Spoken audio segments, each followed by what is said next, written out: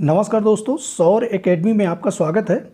और आज हम एमपीपीएससी प्री के प्रैक्टिस सेट 7 पर चर्चा कर रहे हैं। इससे पहले 6 प्रैक्टिस सेट हो चुके हैं, तो यदि नहीं देखे तो उनको भी देख लीजिए। आज 7वें प्रैक्टिस सेट पर चर्चा कर रहे हैं और ये पटवारी और एमपीपीएससी दोनों ही एग्जामों के महत्वपूर्ण प्रश्न हैं। तो चलिए आज की क्लास शुरू करते हैं। आज का पहला प्रश्न है, मध्य प्रदेश के प्रसिद्ध पर्यटन स्थल पचमढ़ी और अमरकंटक किस जलवायु क्षेत्र में आते हैं? तो यदि पचमढ़ी और अमरकंटक की बात करें तो ये सतपुड़ा पर्वतीय क्षेत्र में आते हैं। किस में आते हैं? सतपुड़ा पर्वतीय क्षेत्र में। और ये सतपुड़ा पर्वतीय क्षेत्र की बात करें तो यहाँ पे सम जलवायु पाई जाती है। ये भी याद रखिएगा, यहाँ पे सम जलवायु पाई जाती है। सम जलवायु का मतलब होता है कि ना तो बहुत ज़्यादा गर्मी पड़ती और ठंडी भी सामान्य रूप से पड़ती है। तो बहुत ही मौसम की दृष्टि से बहुत ही अच्छा मौसम होता है। और यही कारण है कि यहाँ पे स्वास्थ्य की दृष्टि से भी अत्यंत महत्वपूर्ण क्षेत्र माना जाता है। और इस क्षेत्र में जो वर्षा होती है वो बंगाल की खाड़ी और अरब सागर दोनों से वर्षा होती है, तो ये भी याद रखेगा। और जो पचमढ़ी और अमरकंटक सतपुड़ा पर्वतीय क्षेत्र के जलवायु क्षेत्र में पाया जाता है। नेक्स्ट देख लेते हैं, भोपाल हवाई अड्डे का नया नाम क्या है? तो भोपाल हवाई अड्डे का जो नया नाम है वो राजा भोज हवाई अड्डा है। भोपाल हवाई अड्डे का नया नाम क्या है? राजा भोज। और राज्य में 5 हवाई अड्डे हैं, उसमें से खजुराहो, ग्वालियर, भोपाल, इंदौर और जबलपुर। राजा भोज हवाई अड्डा ये भोपाल में स्थित है, तो ये भी याद रखेगा। यह अड्डा एक अंतर्राष्ट्रीय स्तर का हवाई अड्डा है, इंटरनेशनल हवाई अड्डा है, ये भी याद रखेगा। नेक्स्ट देख लेते हैं, मध्य प्रदेश का संभागीय मुख्यालय मध्य प्रदेश के किस जिले में है? तो जो मध्य प्रदेश का संभागीय मुख्यालय है ये मध्य प्रदेश के खंडवा जिले में है, ये याद रखेगा। ये मुंबई दिल्ली मार्ग में पड़ता है। नेक्स्ट देख लेते हैं, मध्य प्रदेश का प्रथम ताप विद्युत गृह कौन सा है? तो मध्य प्रदेश का जो प्रथम ताप विद्युत गृह है वह है चांदनी ताप विद्युत गृह। कौन सा विद्युत गृह? चांदनी ताप विद्युत गृह। और यदि हम इसकी डिटेल की बात करें चांदनी ताप विद्युत गृह की, तो इसकी स्थापना जो हुई थी 1953 में हुई थी। कब हुई थी? 1953 में। और ये इसका जो लोकेशन है वो नेपानगर बुरहानपुर में है और इसकी उत्पादन क्षमता 177 मेगावाट है। और एक फैक्ट इसमें और याद रखिएगा, यह मध्य प्रदेश का प्रथम ताप विद्युत केंद्र है, तो ये भी याद रखिएगा। इसके अलावा जबलपुर ताप विद्युत गृह की बात करें तो जो जबलपुर ताप विद्युत गृह है ये जबलपुर जिले में है। उत्पादन क्षमता इसकी 15 मेगावाट है। 1960 में इसकी स्थापना हुई थी और ये कोयला क्षेत्र जबलपुर के आसपास से जलापूर्ति नर्मदा नदी के द्वारा इसका होता है। और मध्य प्रदेश विद्युत मंडल का एकमात्र उपक्रम है, तो ये भी याद रखेगा। यदि हम संजय गांधी ताप विद्युत गृह की बात करें तो ये उमरिया जिले में है, सिंहपुर नामक स्थान पर। यहाँ इसमें 1340 मेगावाट बिजली का उत्पादन किया जाता है और ये मध्य प्रदेश और राजस्थान की संयुक्त परियोजना है, तो ये भी याद रखिएगा। यदि सतपुड़ा ताप की बात करें तो ये सारणी बैतूल में है। जो सतपुड़ा ताप विद्युत केंद्र कहाँ है? ये सारणी बैतूल में है, ये भी याद रखिएगा। इस तरह से हमने चारों ताप विद्युत गृह की चर्चा कर ली है। नेक्स्ट देख लेते हैं, वीरेंद्र कुमार सकलेचा के पश्चात मध्य प्रदेश के मुख्यमंत्री कौन बने थे? तो वीरेंद्र कुमार सकलेचा के बाद मुख्यमंत्री सुंदरलाल पटवा बने थे। कौन बने थे? सुंदरलाल पटवा, याद रखिएगा। और इनका जो कार्यकाल रहा 20 जनवरी 1980 से 17 फरवरी 1980 के बीच रहा। नेक्स्ट देख लेते हैं,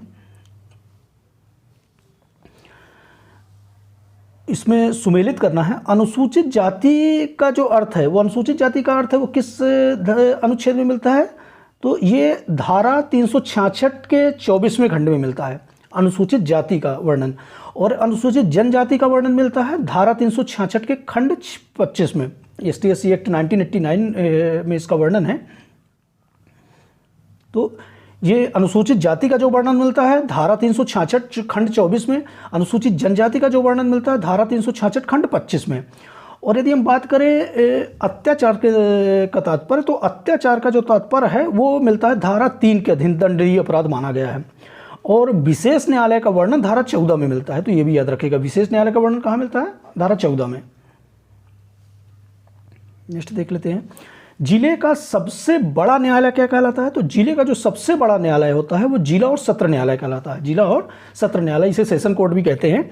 और इस कोर्ट में जो न्यायाधीश होते हैं उन्हें जिला और सत्र न्यायाधीश कहते हैं। जिला और सत्र न्यायाधीश कहते हैं।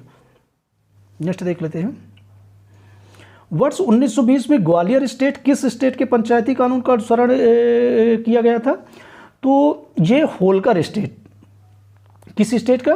मध्य प्रदेश में जो ग्वालियर स्टेट था, इसके अलावा और भी स्टेट इसमें थे, जैसे देवास, धार, नरसिंहपुर आदि रियासतों को 1920 में होलकर स्टेट के पंचायती कानून का अनुसरण किया गया था। तो यदि हम यहाँ पे प्रश्न में देखें कि ग्वालियर स्टेट का, तो ये इसका राइट आंसर हो जाएगा होलकर। होलकर पंचायती कानून का अनुसरण किया था। नेक्स्ट देख लेते हैं, मध्य प्रदेश का जनसंख्या घनत्व प्रति वर्ग किलोमीटर कितना है? तो जो मध्य प्रदेश का जनसंख्या घनत्व कितना है? 236 वर्ग किलोमीटर। कितना है? 236 वर्ग किलोमीटर। और यदि हम 2001 की जनगणना में देखें तो ये है 196 किलोमीटर, 196 व्यक्ति प्रति किलोमीटर। 2011 का 236। और यदि भारत के परिप्रेक्ष्य में देखें तो भारत के का जनसंख्या घनत्व 382 है। तो ये भी याद रखिएगा, भारत के परिप्रेक्ष्य में भी याद रखिएगा। चलिए नेक्स्ट देख लेते हैं, भारत में निम्न में से क्या अप्रत्यक्ष कर की श्रेणी में है?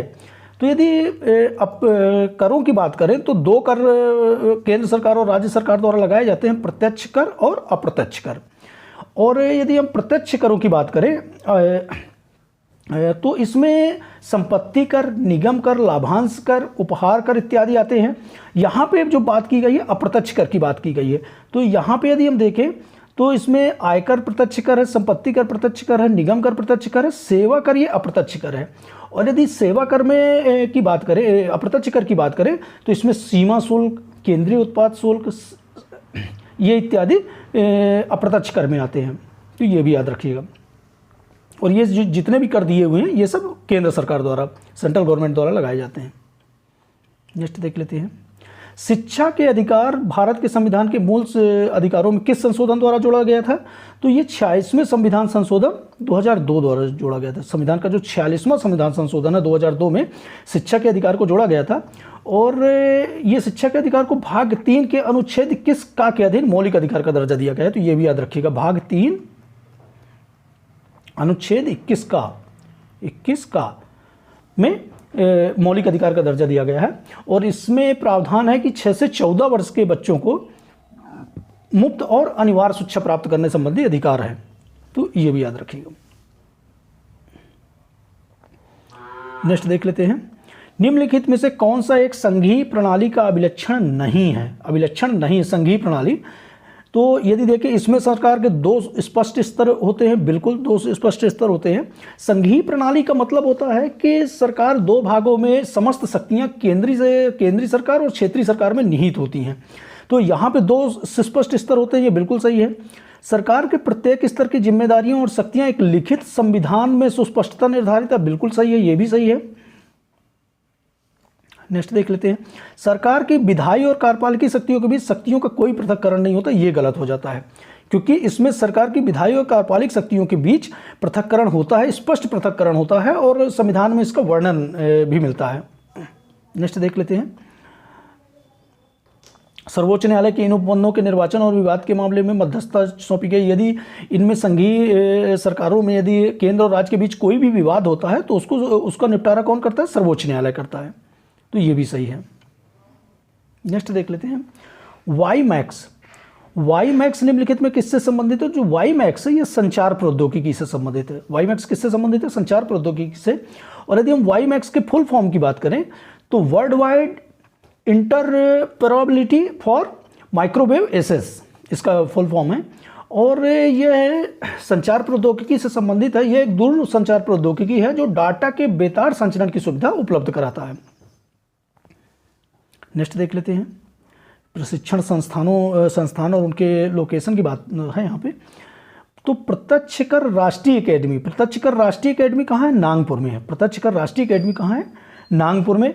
और यदि हम इसकी बात करें तो भारत सरकार के भारतीय राजस्व सेवा और आयकर विभाग की सर्वोच्च प्रशिक्षण संस्था है। जो राष्ट्रीय कर अकादमी है ये सर्वोच्च प्रशिक्षण संस्था इसका मुख्यालय कहाँ है? नागपुर में। इस अकादमी का लोकेशन नागपुर में है। दूसरा देखें, रफ़ीक किदवई राष्ट्रीय डाक अकादमी, तो ये गाजियाबाद में है। कहाँ पे है? गाजियाबाद जिले में है। यहाँ भी प्रशिक्षुओं को ट्रेनिंग दी जाती है। यदि सरदार वल्लभ भाई पटेल राष्ट्रीय पुलिस अकादमी की बात करें तो ये हैदराबाद में है। यहाँ पे IPS भारतीय पुलिस सेवा के जो अधिकारी होते हैं उनको प्रशिक्षण दिया जाता है। और इसकी स्थापना की बात करें तो 1948 में हुई थी, ये भी याद रखिएगा, महत्वपूर्ण है, सरदार वल्लभ भाई पटेल राष्ट्रीय पुलिस अकादमी। और यदि हम इंदिरा गांधी राष्ट्रीय वन की बात करें तो ये देहरादून में है। इंदिरा गांधी राष्ट्रीय वन अकादमी ये देहरादून में है और इसकी स्थापना जो हुई थी इंदिरा गांधी राष्ट्रीय वन अकादमी की 1987 में हुई, 1938 में हुई थी। और यहाँ पे जो सीनियर फॉरेस्ट अधिकारी होते हैं, जो IAFS अधिकारी होते हैं इंडियन फॉरेस्ट सर्विस के, उनको प्रशिक्षण दिया जाता है। तो ये भी याद रखिएगा। इस हिसाब से जो राइट आंसर हो जाएगा इसका ए हो जाएगा। नेक्स्ट देख लेते हैं। संवैधानिक हल में उद्देशिका उपयोगी है। संवैधानिक हल में उद्देशिका उपयोगी है क्योंकि यहाँ पे जो राइट आंसर है कि जो उद्देशिका उपयोगी है वो है भारतीय संविधान निर्माताओं के वास्तविक लक्ष्य और दर्शन को सम्मिलित किया गया है। ये उद्देशिका की बात करें तो ये भारतीय संविधान के जो वास्तविक लक्ष्य हैं और उनके जो दर्शन हैं उनको सम्मिलित किया गया है। और ये उद्देशिका का जो आधार है वो पंडित जवाहरलाल नेहरू द्वारा प्रस्तुत उद्देश्य प्रस्ताव है, जिसे 13 दिसंबर 1946 में प्रस्तुत किया गया था। कब प्रस्तुत किया गया था? 13 दिसंबर 1946 में। और संविधान निर्माताओं ने इस आशय को स्पष्ट करने वाली कुंजी भी बताया है। नेक्स्ट देख लेते हैं। किसी राज्य विधानसभा के निर्वाचन की तारीख निश्चित करने की शक्ति किसमें निहित होती है? तो ये हम सभी को पता है कि ये निर्वाचन आयोग होता है। जो तारीखें चुनाव वगैरह ये सब कराने का जो जिम्मा होता है वो निर्वाचन आयोग के पास होता है। और संविधान के किस अनुच्छेद के 324(1) के तहत इसे राज्य की विधानसभा विधान परिषदों के निर्वाचन के अधीक्षण, निर्देशन और नियंत्रण की शक्ति प्राप्त है। और ये जो संपन्न कराती है जन प्रतिनिधित्व अधिनियम 1951 के तहत इन्हें ये शक्ति प्राप्त है। नेक्स्ट देख लेते हैं। किस सिख गुरु ने स्वयं को सच्चा बादशाह कहा है? तो सच्चा बादशाह गुरु अर्जुन देव ने कहा है। गुरु अर्जुन देव ने स्वयं को सच्चा बादशाह कहा था और इन्होंने अमृतसर में तालाब का निर्माण कराया था 1589 में। 1589 में हरमिंदर साहब में तालाब का निर्माण कराया था। और यदि हम अर्जुन देव की बात करें तो 1559 में ब्यास नदी के तट पर गोविंदपुर नामक शहर भी बसाया था। अर्जुन देव ये गोविंदपुर नामक शहर भी बसाया था। गुरु गोविंद सिंह की बात करें तो ये खालसा पंथ के संस्थापक रहे हैं। इस तरह से ये भी याद रखिएगा। नेक्स्ट देख लेते हैं। कंप्यूटर मुख्यतः कितने प्रकार का होता है? तो कंप्यूटर मुख्यतः 2 प्रकार का होता है। कितने प्रकार का? 2 प्रकार का। एक होता है एनालॉग और दूसरा होता है डिजिटल। याद रखिएगा, एनालॉग और डिजिटल।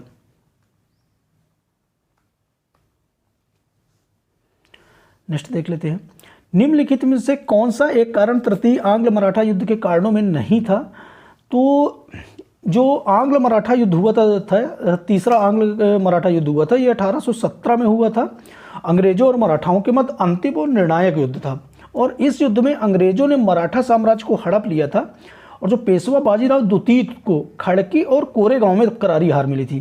तो इसका जो राइट आंसर हो जाएगा कि खड़की स्थित रेसिडेंसी पर बेजवा पासीराव का आक्रमण, ये गलत हो जाएगा, ये इसमें से नहीं है। नेक्स्ट देख लेते हैं। निम्न में से किसने मनसबदारी व्यवस्था का सूत्रपात किया है? तो मनसबदारी व्यवस्था का जो सूत्रपात किया है वो अकबर ने किया है। किसने किया था? अकबर ने किया था। और ये जो मनसबदारी व्यवस्था थी, ये व्यवस्था मंगोलों की दशमलव पद्धति पर आधारित है। तो ये भी याद रखिएगा कि मनसबदारी व्यवस्था किस पद्धति पर आधारित थी? तो जो मंगोल थे उनकी दशमलव पद्धति पर आधारित था। और मनसबदारी व्यवस्था में जात एवं सवारों से इंगित होती थी। जात से व्यक्ति के वेतन एवं पद की स्थिति का बोध होता था। जात से व्यक्ति के वेतन और पद की स्थिति का बोध होता था, जबकि सवार शब्द से घुड़सवार दस्ते की संख्या का बोध होता था। तो ये भी याद रखिएगा। नेक्स्ट देख लेते हैं। निम्न में से कौन सी इनपुट इकाई है? तो यदि हम यहाँ पे देखें तो कीबोर्ड, माउस, लाइट पेन, ये तीनों ही जो है इनपुट इकाई हैं। और इसके अलावा देख लें तो जॉयस्टिक भी इनपुट इकाई है। Track ball, scanner, MICR, OCR इत्यादि सब इनपुट इकाइयाँ हैं। और इन इकाइयों का जो उपयोग किया जाता है वो आंकड़ों और तथ्यों निर्देशों को कंप्यूटर में संप्रेषित करने के लिए किया जाता है। नेक्स्ट देख लेते हैं। वर्ष 1919 अधिनियम में द्विशासन धारणा को जिस व्यक्ति ने परिचित कराया था तो जो वर्ष 1919 का अधिनियम है द्विशासन धारणा, तत्कालीन जो भारत सचिव थे लॉर्ड मॉन्टेग्यू, जो उस समय के भारत सचिव थे लॉर्ड मॉन्टेग्यू की देन है। और यदि उस समय के वायसराय की बात करें तो लॉर्ड चेम्सफोर्ड, ये भी नाम याद रखिएगा, चेम्सफोर्ड, जिसे बाद में लॉर्ड चेम्सफोर्ड के कारण 1919 के अधिनियम को मॉन्टेग्यू चेम्सफोर्ड सुधार के नाम से भी जाना जाता है, ये भी याद रखिएगा। और इस अधिनियम के द्वारा राज्यों में द्वैत शासन की स्थापना की गई थी, और इस अधिनियम के द्वारा प्रांतों में की गई द्वैत शासन व्यवस्था को वर्ष 1935 में भारत शासन अधिनियम द्वारा इसे समाप्त कर दिया गया था। तो ये भी याद रखिएगा, 1919 के अधिनियम को मॉन्टेग्यू चेम्सफोर्ड सुधार के नाम से जाना जाता है। किसी नेटवर्क के माध्यम से दूसरों लोगों को संदेश भेजने की क्रिया क्या कहलाती है? यदि हम नेटवर्क के माध्यम से दूसरे लोगों को संदेश भेजते हैं तो वो क्या कहलाता है? ईमेल कहलाता है। क्या कहलाता है? ईमेल। ये इलेक्ट्रॉनिक मेल होता है, और ये एक ऐसा संदेश होता है कि जो किसी भी नेटवर्क से जुड़े विभिन्न कंप्यूटरों के बीच भेजा और प्राप्त किया जा सकता है। हम भेज भी सकते हैं और मंगा भी सकते हैं। नेक्स्ट देख लेते हैं, निम्नलिखित में से कौन सी भूमध्य सागरीय जलवायु की मुख्य विशेषता है? तो जो भूमध्य सागरीय जलवायु की मुख्य विशेषता है वो शीत ऋतु में वर्षा होती है। शीत ऋतु में वर्षा होती है। अधिकांश वर्षा इसमें पछुआ पवनों के साथ आने वाले शीतोष्ण कटिबंध चक्रवातों से होती है, तो ये भी याद रखिएगा। तो भूमध्य सागरीय जलवायु की जो मुख्य विशेषता है इस शीत ऋतु में वर्षा होती है। नेक्स्ट देख लेते हैं, भारत के राज्यों का निम्नलिखित में से कौन सा युग्म सबसे पूर्वी और सबसे पश्चिमी राज्यों की ओर इंगित करता है? तो यदि हम भारत की बात करें तो सबसे जो पूर्वी राज्य है वो अरुणाचल प्रदेश है, और सबसे जो पश्चिमी राज्य है वो गुजरात है। सॉरी, ये बी नहीं है, इसका आंसर डी हो जाएगा। सबसे पश्चिमी पूर्वी राज्य जो है अरुणाचल प्रदेश, और पश्चिमी जो राज्य है वो गुजरात है। और यदि हम पूर्व से पश्चिम के क्रम की बात करें तो यहाँ पे अरुणाचल प्रदेश, फिर आसाम, बिहार, उत्तर प्रदेश, मध्य प्रदेश, राजस्थान और गुजरात, इस तरह से पूर्व से पश्चिम की ओर राज्यों का क्रम है। तो सबसे पूर्वी राज्य कौन सा? अरुणाचल प्रदेश, और सबसे पश्चिमी गुजरात।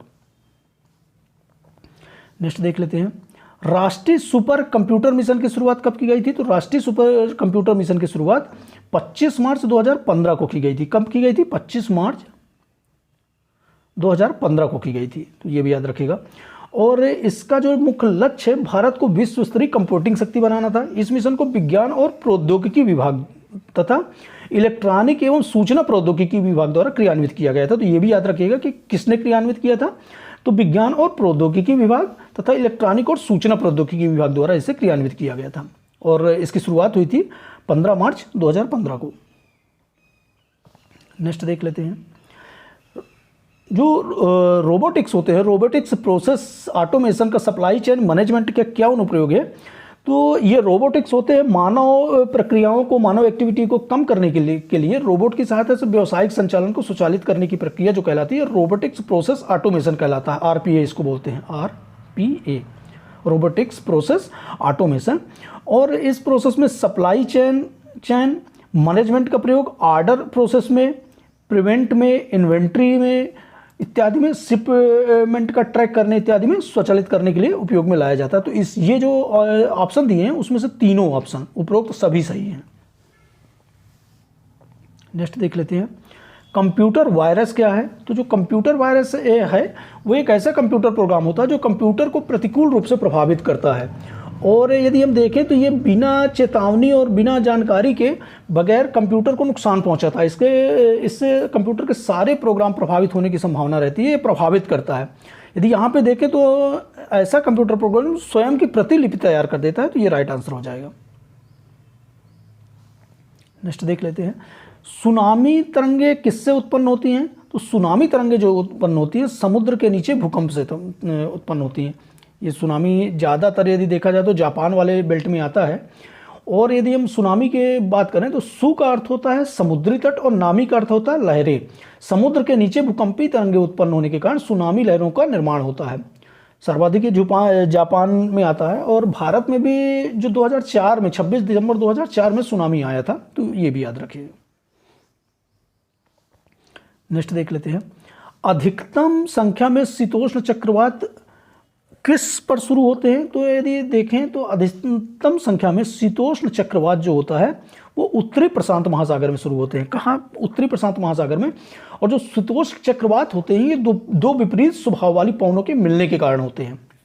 ये दो विपरीत स्वभाव वाली जो पवनें होती हैं उनके मिलने के कारण होते हैं। जो उत्तरी प्रशांत महासागर जो होता है इसमें गर्म और ठंडी वायु धाराओं के मिलने से कॉरियोलिस बल द्वारा सर्वाधिक मिलन होता है और यहीं से इनका शीतोष्ण चक्रवात की शुरुआत होती है।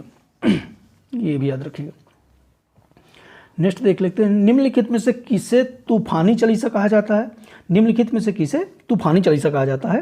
तो इसका जो राइट आंसर हो जाएगा दक्षिणी गोलार्ध में 40 से 60 दक्षिण के बीच चलने वाली हवाएं। तूफानी चालीसा किसे कहा जाता है? दक्षिणी गोलार्ध में 40 डिग्री और 60 डिग्री दक्षिण के बीच चलने वाली जो हवाएं होती हैं उनसे तूफानी चालीसा कहा जाता है। और इसकी प्रचंडता के कारण यदि दक्षिणी गोलार्ध में देखें स्थल की कमी के कारण पछुआ हवा की गति तूफानी हवा के सदृश होती है और इसकी प्रचंडता के कारण 40 से 50 डिग्री अक्षांशों के मध्य गुजरता चालीसा बोला जाता है। 50 डिग्री दक्षिण अक्षांश के पास भयंकर पचासा बोला जाता है और 60 डिग्री के पास चीखता साटा बोला जाता है। तो ये भी याद रखिएगा। और 40 से 60 के बीच तूफानी चालीसा। नेक्स्ट देख लेते हैं, हाइपर टेक्स्ट HTML का विस्तृत रूप क्या है? तो HTML का विस्तृत रूप है हाइपर टेक्स्ट मार्कअप लैंग्वेज। ये याद रखिएगा, hyper text markup language. Next देख लेते हैं, नावदा टोली पुरातात्विक स्थल निम्न में से किससे संबंध है? तो यदि नावदा टोली की बात करें तो ये प्रागैतिहासिक स्थल है और ये मध्य प्रदेश जिले के खरगोन जिले में नर्मदा नदी के किनारे पर स्थित है। और ये जो है एक ताम्र पाषाणकालीन संस्कृति है, ताम्र पाषाणकालीन संस्कृत से जुड़ा हुआ है। और इसकी जो खोज हुई थी 1957 से 1958 के बीच में हुई थी, 1957 से 58 के बीच में। और यहाँ पर गोल आयताकार या वर्गाकार झोपड़ियों के प्रमाण मिलते हैं। किसके प्रमाण मिलते हैं? जो प्रमुख रूप से वो गोल आयताकार और वर्गाकार झोपड़ियाँ के प्रमाण मिलते हैं। तो ये भी याद रखिएगा। नेक्स्ट देख लेते हैं, प्रसिद्ध क्रांतिकारी व योद्धा तात्या टोपे को कहाँ फांसी दी गई थी? तो उन्हें फांसी शिवपुरी में दी गई थी। शिवपुरी में दी गई थी। 1857 के क्रांति के महानायक रहे हैं।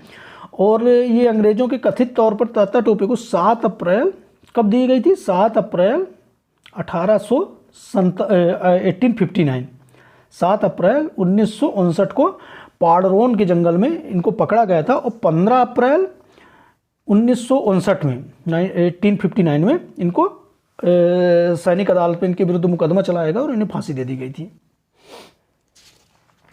ये भी याद रखिएगा। नेक्स्ट देख लेते हैं, निम्न में से किसे मध्य प्रदेश का जलियांवाला बाग हत्याकांड कहा जाता है? तो जो जलियांवाला बाग हत्याकांड कहा जाता है वो चरण पादुका नरसंहार को कहा जाता है। किसको? चरण पादुका नरसंहार को। और ये घटना जो हुई थी 14 जनवरी मकर संक्रांति का दिन था 1931। 14 जनवरी 1931 को छतरपुर के चरण पादुका नामक स्थान में एक सभा चल रही थी जिसमें सेना ने घेर लिया और महासभा में उपस्थित जो निहत्थे लोग थे उन पर बेरहमी से गोलियां की बारिश की थी। और इसमें जो मृत्यु लगभग 21 लोगों की मृत्यु हुई थी और सैकड़ों इसमें घायल हुए थे। और इस जो हत्याकांड को बाद में चरण पादुका नरसंहार बोला गया और मध्य प्रदेश का जलियांवाला बाग हत्याकांड भी इसे बोला जाता है। इस तरह से आज के जो प्रैक्टिस सेट 7 के थे हमने महत्वपूर्ण प्रश्नों को शामिल किया है और इसके अलावा और बचे हुए क्वेश्चन को नेक्स्ट प्रैक्टिस सेट में शामिल करते हैं। वीडियो को ज़्यादा से ज़्यादा शेयर कीजिए और अपनी पढ़ाई को बूस्टअप